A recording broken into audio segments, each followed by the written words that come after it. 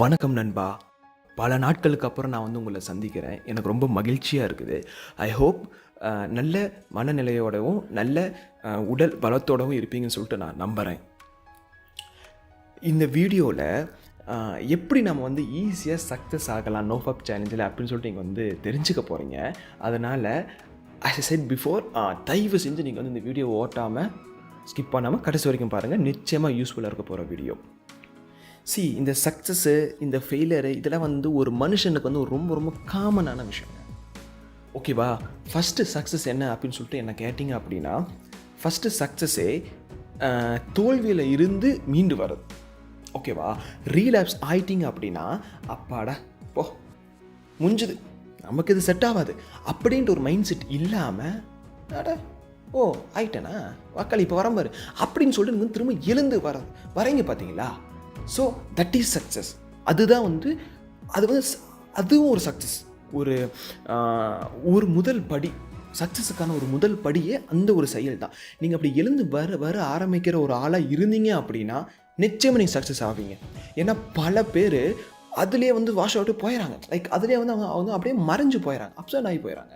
என்னடா ஒரு டைம் விழுந்துட்டோம், அவ்வளோதான் நமக்கு செட் ஆகுது போகணும்னு சொல்லிட்டு அப்படியே வேறு ஏதோ ஃபீல்டை சூஸ் பண்ணிட்டு போயிடறாங்க, என்னென்னமோ மாறி போயிடறாங்க. பட் எவன் ஒருத்தன் அதுலேயே எழுந்து விழ சம்திங் அப்படியே அந்த விழ எழுந்துக்கிட்டே இருக்கானோ அவன் நிச்சயமாக ஜெயிக்கிறாங்க, நிச்சயமாக ஜெயிச்சிருவான். ஸோ அதனால் நீங்கள் வந்து சக்ஸஸ் ஆகணும் அப்படின்னா ரீலாப்ஸ் ஆனால் பரவாயில்ல எழுந்துவாங்க, ரீலாப்ஸ் ஆனால் பரவாயில்ல திரும்ப எழுந்துவாங்க. இப்படி வந்துக்கிட்டே இருங்க. ஒரு நாள் ரீலாப்ஸே உங்களை பார்த்து பயப்பட ஆரம்பிச்சு உங்கள்கிட்ட வரவே வராது. ஃபஸ்ட்டு ஸ்டெப்பு பார்த்தீங்கன்னா, ஃபெயிலியர் ஆனால் நல்லது, ஆயிட்டா எழுந்துவாங்க, அது ரொம்ப ரொம்ப நல்லது. ஓகே. அண்ட் அடுத்து என்ன அப்படின்னு பார்த்தீங்கன்னா, எதையுமே நமக்கு வந்து சீக்கிரம் கிடச்சிடாதுங்க. ஓகேவா? இப்போது இந்த சேலஞ்சை ஸ்டார்ட் பண்ணியிருக்கீங்க, ஜஸ்ட் ஒரு 10 days வந்து எனக்கு வந்து நான் அதனை ஆகணும் அம்பானி ஆகணும்னா எப்படி முடியாதுல்ல.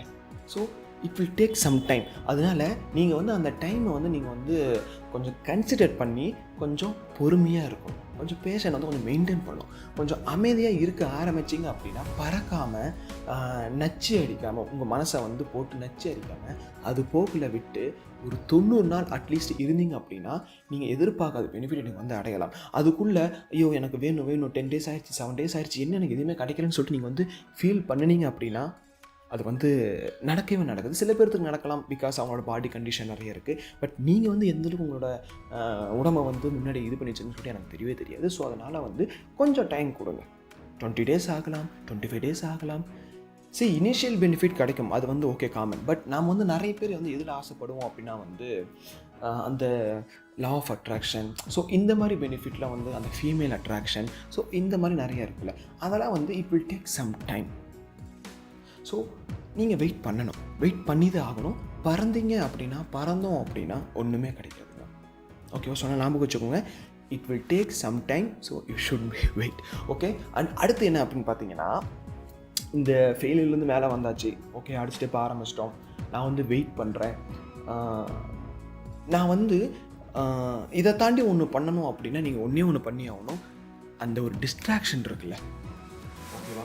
நம்ம அந்த ஃபெயிலியர்லேருந்து மேலே வந்துட்டோம், பொறுமையாக வெயிட் பண்ணிகிட்ருக்கோம். ஆனால் டிஸ்ட்ராக்ட் ஆகிட்டோம் அப்படின்னா கவன சிதறல் வந்து நம்ம வந்து இந்த உலகத்தில் நிறையா இருக்குங்க. நம்ம வந்து அதில் வந்து மாட்டிட்டு தவிக்கிறதுக்கு.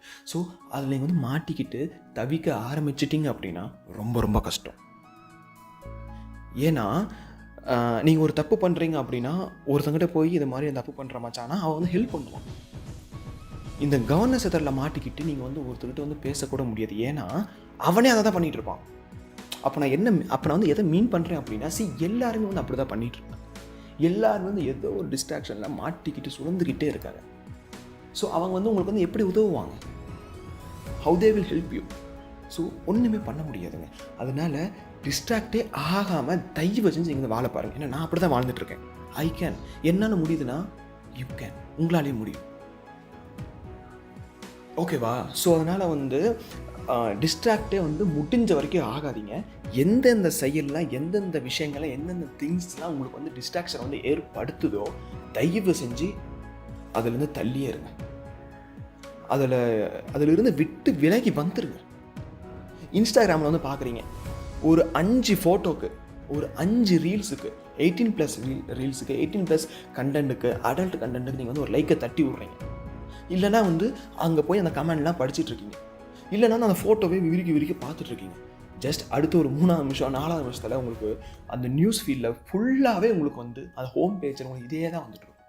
இது வந்து ஆட்டோமேட்டிக்காக டிஸ்ட்ராக்ட் ஆகிறதுக்கான ஒரு இனிஷியல் வந்து நீங்களே வந்து ஏற்படுத்தி விட்டது தானே. அந்த ஒரு ரீல்ஸை பார்த்ததும், லைக்கை போட்டதும், அவன் எல்லோரும் ஒத்து பார்த்ததும்.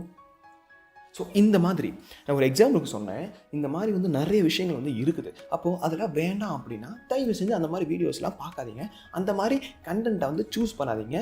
நம்ம ஃப்ரெண்ட்ஸ் அனுப்பிவிடுவானுங்க குரூப்பில் டபுள் மீனிங்கு அந்த மாதிரி இந்த மாதிரிலாம். ஓகே, அது வந்து வயசு நான் இதெல்லாம் சொல்ல, பட் நாம் இதில் இருக்கிறோம் அப்படின்னு நாம் எந்த அளவுக்கு டிசிப்ளினாக இருக்கணுன்றது தான் முக்கியம். இல்லை நம்ம பழைய மாதிரி நம்ம கெட்டு குட்டிச்சோர போகலாம், 24 வயசாமல் நம்ம வந்து கிட்டே இருக்கலாம், இது பண்ணிகிட்டே இருக்கலாம்னு சொல்லிட்டு நம்ம நீங்கள் வந்து முடிவு பண்ணிங்க அப்படின்னா பழைய மாதிரி நீங்கள் வந்து போகலாம், நீங்கள் வந்து போய் அந்த மாதிரி பண்ணலாம். ஆனால் நான் அதுலேருந்து விலகி இப்போ நான் வந்து வாழ்க்கையை காப்பாற்றணும், லைஃப் என்னோட லைஃப் வந்து நான் மாற்றணும்னு சொல்லிட்டு உங்களுக்கு வந்து என்னென்ற ஒரு ஆசைகள் இருக்காங்க. நீங்கள் வந்து இந்த சேலஞ்சுக்குள்ளே வந்திருக்கீங்க. ஸோ அப்படி இருக்கிற நீங்கள் திரும்பவும் நீங்கள் அந்த குப்பைக்குள்ளே போய்கிட்டீங்க அப்படின்னா அப்படியே சுழந்துக்கிட்டே இருக்க வேண்டியதான். நல்லா சாப்பிடுவீங்க, நல்லா அது பண்ணுவீங்க, அப்படியே சொங்கி மாதிரியே அப்படியே சுற்றிட்டு இருப்பீங்க. அதை தாண்டி வெளியே வந்து ஒரு மகானாக இருக்கணும், ஒரு நல்ல ஒரு சோலாக வாழணும், ஒரு நல்ல ஒரு ஆத்மாவாக வாழணும் அப்படின்னா நீங்கள் இதெல்லாம் ஃபாலோ பண்ணி தான் ஆகணும். இந்த உலகம் நாளுக்கு நாள் உங்களை வந்து புகுத்திக்கிட்டே இருக்குது. கெட்ட விஷயத்தில் வந்து புகுதி இப்போ முன்னெல்லாம் பாருங்கள், நியூஸ் வந்து பார்த்தீங்கன்னா வந்து நல்ல நியூஸாக வந்துட்டு இருக்கும். இப்போ வரது எல்லாமே கெட்ட நியூஸ் தான். See, there is a lot of negativity. இங்கே லெஃப்ட் ரைட் ஸ்ட்ரைட் பேக்வர்ட் எங்கே திரும்பினாலும் சரி நெகட்டிவிட்டி. இந்த உலகத்தில் டிஸ்ட்ராக்ஷன் மட்டும்தான் இருக்குது. பட் நம்ம அந்த டிஸ்ட்ராக்ஷனை பார்க்காம, டிஸ்ட்ராக்ஷன் கான்ட்ராஸ்டாக என்ன இருக்குது, நல்ல விஷயங்கள் இருக்குது, பாசிட்டிவ் இருக்குது. நீங்கள் அதை நோக்கி போனீங்க அப்படின்னா இந்த டிஸ்ட்ராக்ஷன் எல்லாமே உங்கள்கிட்ட போக ஆரம்பிச்சிருவேன், ஆட்டோமேட்டிக்காக உங்கள்கிட்ட போக ஆரம்பிச்சிடும். ஓகேவா? ஃபஸ்ட்டு கீழே விழுந்துட்டா எழுந்து வாங்க. 2வது டைம் கொடுங்க. எல்லாமே வந்து அந்த காலம் தான் முடிவு பண்ணும். So you should give the time. ஓகேவா? ரைட் டைம் வர வரைக்கும் வந்து வெயிட் பண்ணுங்கள். 3வது அந்த கவனசிதறில் இருந்து come out from that distraction. ஓகேவா? அடுத்து ஒரே ஒரு போனஸாக நான் வந்து சொல்லி இந்த வீடியோவை நான் வந்து முடிச்சுக்கிறேன். ஜஸ்ட் வந்து ஒரு 30 செகண்ட் 40 செகண்ட் தான். உங்கள் வாழ்க்கையில் நீங்கள் வந்து பிடிச்சதை மட்டும்தாங்க பண்ணணும். பிடிக்காததை பண்ணீங்க அப்படின்னா இன்றைக்கி நாளைக்கு 4 நாளைக்கு வந்து அட்ஜஸ்ட் பண்ணி போவீங்க. 4வது நாள் வெறுக்க ஆரம்பிச்சிடும். அப்படி வெறுக்க ஆரம்பிச்சிருச்சு அப்படின்னா உங்களை நீங்களே வெறுக்க ஆரம்பிச்சிடும். அதனால் உங்களுக்கு உங்கள் மனசுக்கு வந்து எது திருப்தி கொடுக்குதோ, நான் வந்து கெட்ட விஷயத்த சொல்ல நல்ல விஷயத்த சொல்கிறேன், நல்லா புரிஞ்சுக்கோங்க. உங்கள் மனசுக்கு வந்து எது திருப்தி கொடுக்குதோ அதை மட்டும் நீங்கள் வந்து செய்ய ஆரம்பிங்க. உங்களுக்கு வந்து உங்களோட மன நிம்மதி கிடைக்கும், உடல் நிம்மதி கிடைக்கும், நல்ல தூக்கம் வரும், நல்ல